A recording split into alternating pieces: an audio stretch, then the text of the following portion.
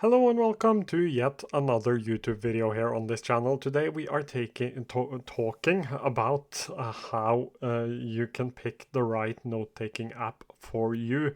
Why is that important? Well, I think it's more important to find a note-taking app and just start taking notes and getting into the habit of capturing.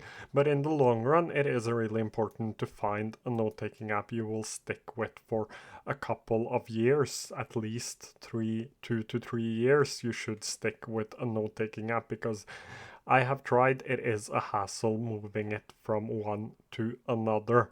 So you often end up picking a note-taking app that doesn't work for you, and you start believing that note-taking in general does not work for you, or you can do the opposite, which I did. And try out every single note-taking app out there and make YouTube videos about them.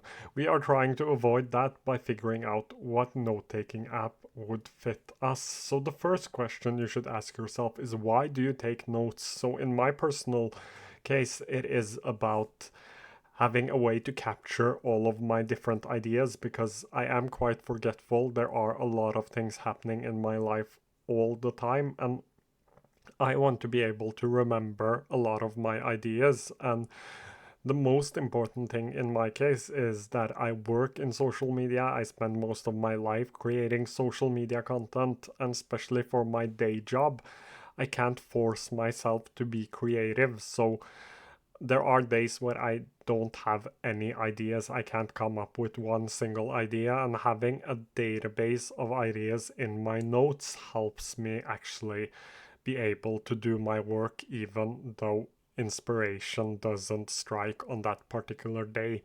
So that's my main reason. Yours might be to remember things from meetings, or it might be for a project you have. So this differs from person to person. There isn't one note-taking app that will fit everyone. Unfortunately, I wish there was, but there isn't. So we need to go through a couple of questions, and I will mention a few apps without going too deep into them. But if you want to check out any of the apps, I have a lot of app reviews on my channel. So the next question is, what do you want to use notes for? Again, it goes a little bit into the first one. Why do you take notes, and what do you want to use your notes for? So again, in my case, I want to use my notes for work, for creative ideas, for remembering things. That's my answer. The next one is, how much time do you want to spend on it? So I have productivity as my hobby, so I spend a lot of time in different productivity apps, in different planners, in different notebooks. I love to do it. It gives me a lot of energy. In your case, you might not want to spend any time actually organizing all of your notes, or spending large amounts of time trying to filter out the most important things. That again differs from person to person, so you will have to figure out how much time do you actually want to spend on it, because the different apps require different amount of time to be able to organize things. So something like Evernote or My Mind or even Tools are quite simple to organize, while something like Notion, Anytype, and Obsidian may actually take you a bit longer, and they have a learning curve to them as well. So are you willing to spend a lot of time learning a new app? Because apps like Obsidian and Notion are quite powerful, but they aren't worth it if you don't want to spend time actually going through your notes regularly. If you just want to take notes for your projects and hide them away and get back to them whenever you want to do, or you have to do a new project that is similar, you can just search for them, and there are better options than Notion and Obsidian for that. But if you are, for example, a researcher who has a lot of different ideas that you want to put into one place and be able to link different things together, then things like Obsidian and Heptabase might be better for you. So That was the second question. The third one is what kind of notes do you want to take? So again, that is different from person to person. Some people like to write longer notes, others like to write really short notes, some like to write an outline, some just want to capture ideas, some just want to capture meeting notes, and some even like visual notes. And another thing is that you have to figure out what kind of things you will be capturing. So if you work in design and you have to capture a lot of visual things, pictures, images, videos, things like that, infographics, if you have to capture a lot of those things, then something like Milanote might be perfect for you because it allows you to easily capture a lot of images and even videos and be able to link those together, then something like Milanote would be perfect. But if you want to take outline notes, if you're an outliner, then things like Workflowy, Tana, and Logseq will be great for you. If you just want to capture ideas, things like MyMind is amazing and you don't even have to organize because it uses AI.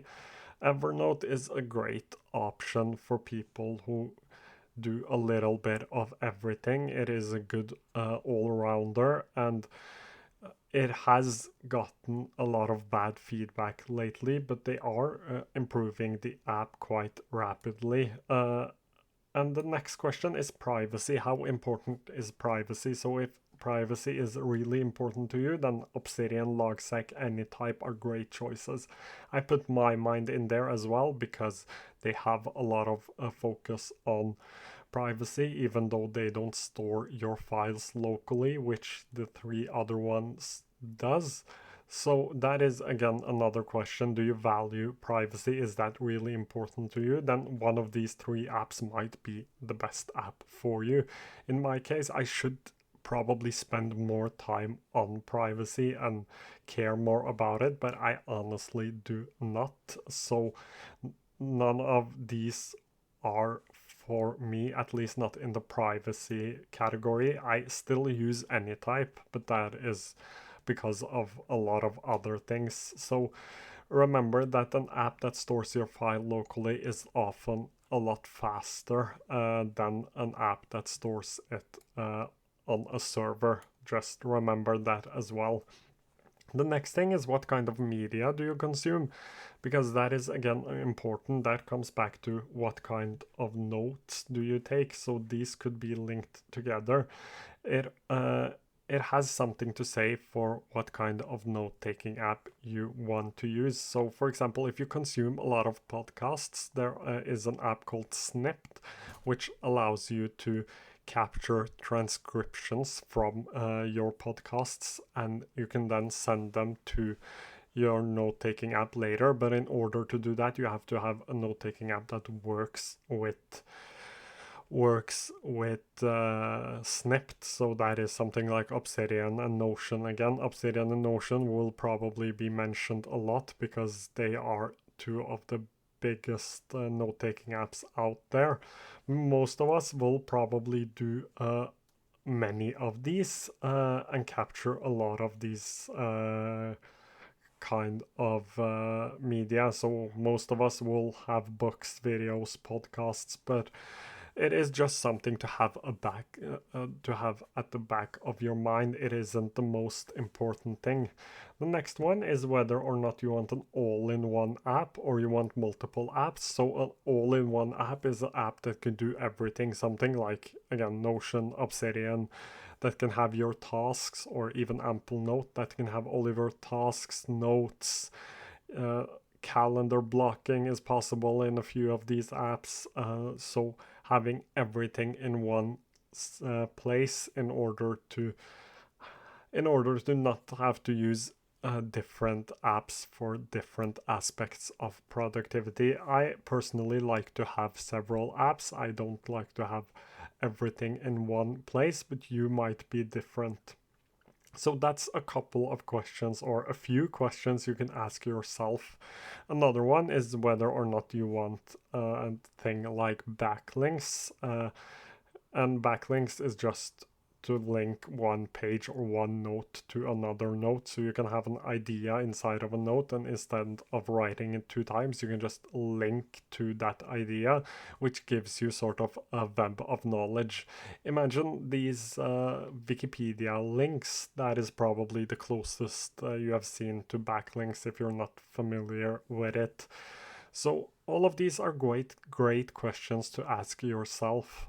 And my best advice is to try out a couple of note-taking apps, see what you like, what you dislike, and when you do that for a couple of weeks, you will find the answer to all of these questions, and you can more easily find a note-taking app that is suited for you.